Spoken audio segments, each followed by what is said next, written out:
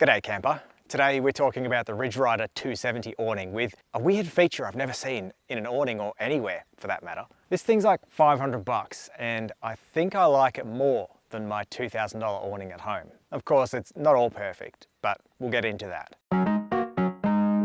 So this awning's really limited to larger vehicles and specifically vehicles without a lift-up tailgate. This MUX has a lift-up tailgate. It kind of works. The tailgate touches on the awning, and besides that, it's just a waste of awning space, to be honest. It's going to suit solo campers because it's really easy to set up, the camping crew of 2, and maybe a small family. And finally, before we go any further, I just want to remind you that no review on this channel is ever sponsored by the product I'm reviewing. Let's have a look at some hard stats. This awning measures 2160 long by 180mm high by 150mm thick. It weighs 18.4 kilos. That's not just a stat pulled off their website because they don't actually have that stat on the website. I took the awning off, stood on the scales, 18.4 kilos, which is really good for a 270-degree awning.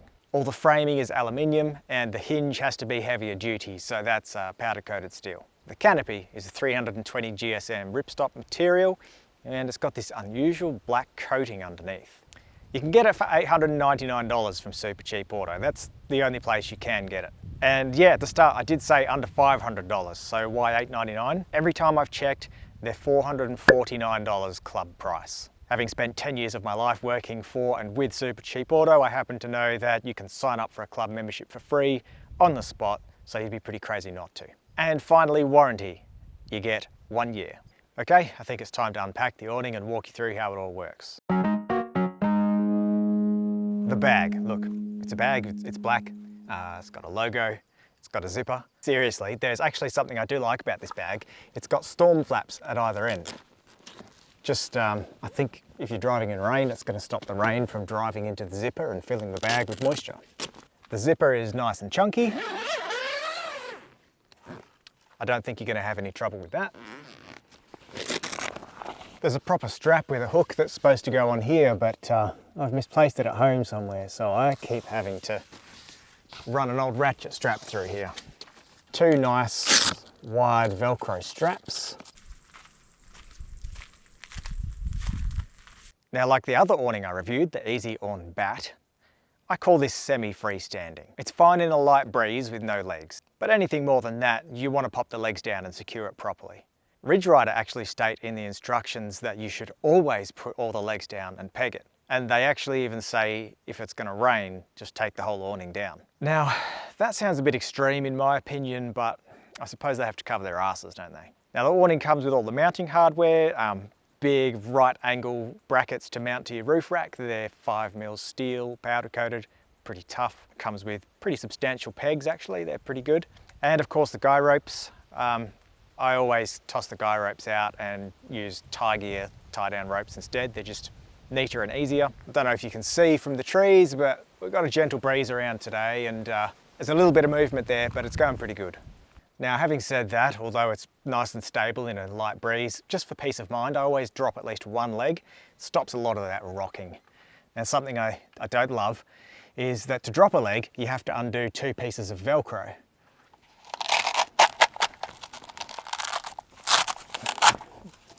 And those bits of Velcro are the same thing that hold the canopy to the pole. So you have to undo the Velcro, drop the leg, and then do the Velcro back up so that the canopy is secured to the frame. I like the way it works on the similar awning I tested, the Easy Awn Bat. The canopy is fixed to the arms, no Velcro to have to worry about. It's a pretty simple lock to undo and drop a leg. Underneath we've got the weird coating I was talking about, the weird black coating. Now on the website, on the product page, they claim that the black coating is to help block out heat. I can't say I've really noticed much of a difference. It's not something I have tested. You'd really need to have 2 side-by-side very similar awnings to check the temperature between them. I don't know. It's an awning, maybe it does something, maybe it doesn't. If you've got any ideas, let us know down in the comments. If you look very closely, up in the top of each awning arm, there's a rope channel across the top, on both sides too, this side and that side of every single arm. Back to the product page again, they claim the rope channels are useful for accessories. That's really kind of all they say. They don't actually have any accessories for this awning. So what sort of accessories? That's open to interpretation. And another feature is all around the inside edges is Velcro. Now on other 270 awnings I've seen, they've got the same Velcro around the edge, and that's for attaching one of their wall kits, so you can fully enclose your awning. But Ryder don't do a wall kit. So I don't know, maybe a wall kit from a different brand would fit. It's there. It's like they intend to release a wall kit, but they haven't. Now I got this back in about September just for reviewing.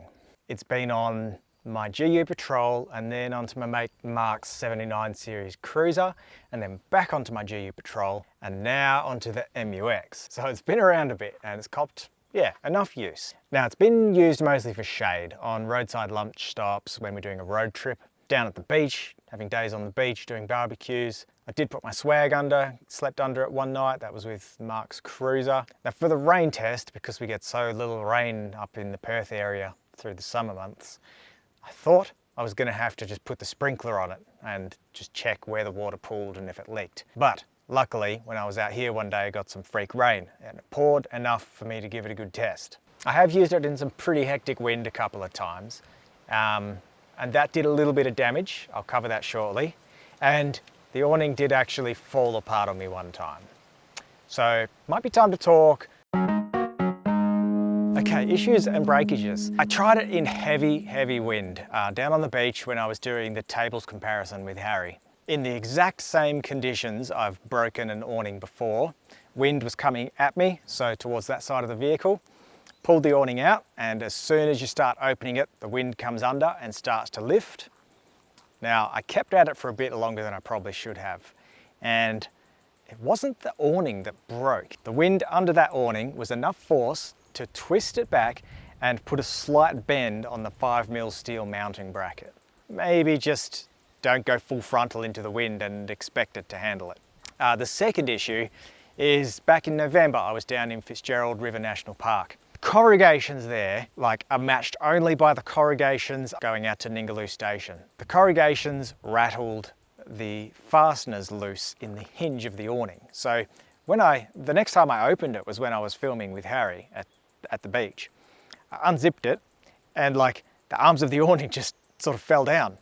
And then I looked, I'm like, oh no! The fasteners are gone. But fortunately I dug through the sand and I found them. They do have blue Loctite on them, so I'm quite surprised that they came out. So again, I don't actually think that reflects poorly on the awning. I think that just goes to show how rough the corrugations are.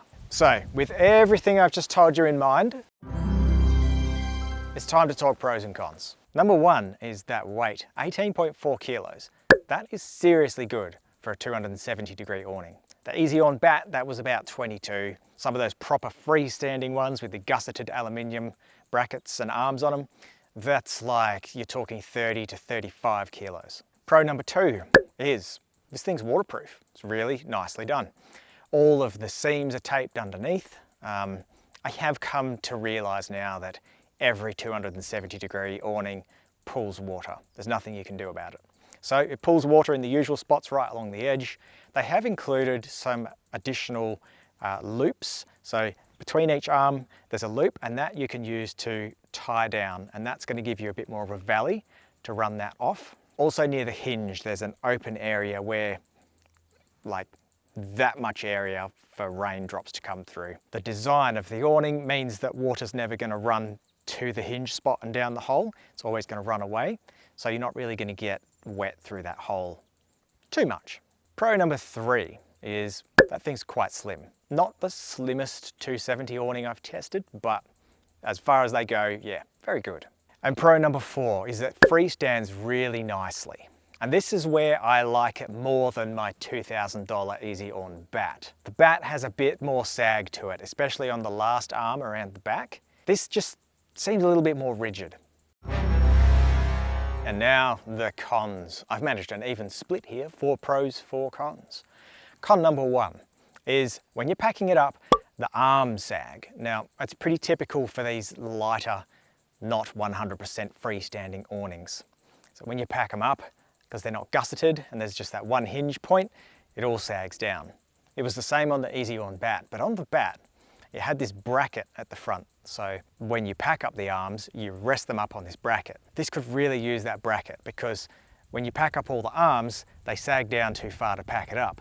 So then you need to hold the whole thing up there, but at the same time you need to get those Velcro straps. So there you are pushing the arms up like that. You've got your canvas all rolled up and you're trying to hold that, and then you're trying to one-handed jig the little Velcro to get it in place. Con number 2 is the way those legs are held in by the Velcro loop. I would much prefer it if the way they attached the canopy to the frame and the way they held the legs in was on a different system. I get that it's a budget sub $500 awning, so you can't have everything, but yeah, that's just a little something that might annoy you. Number 3 is that if you're looking for a freestanding awning, this isn't the one. It's slim, it's lightweight, it's cheap. None of that measures up to be freestanding. Most of the time you want to drop at least one pole. And con number 4 is parts. They just flat out don't exist. There is no spare parts available for this awning. You might have some luck mixing and matching parts from other brands if you need to fix it, but it's a risk you have to take. So, my final thoughts on this awning. Well, you're not getting proper canvas, you're not getting Aussie made, you're not getting 100% freestanding. That's really well and truly the realm of $2,000 plus awnings. But at under 500 bucks and under 20 kilos, you're getting a lot of bang for buck. Only problem is that when it comes to repairs or accessories like wall kits, you're gonna have to do a bit of your own searching around and sleuthing, but otherwise, I'd go for it. So what do you think? Have you got one of these, or in watching the video, did you see anything that might be an issue or that could be a hack? I didn't have any hacks for this. That's a shame. Let us know down in the comments, and you might just be helping a fellow camper in the future.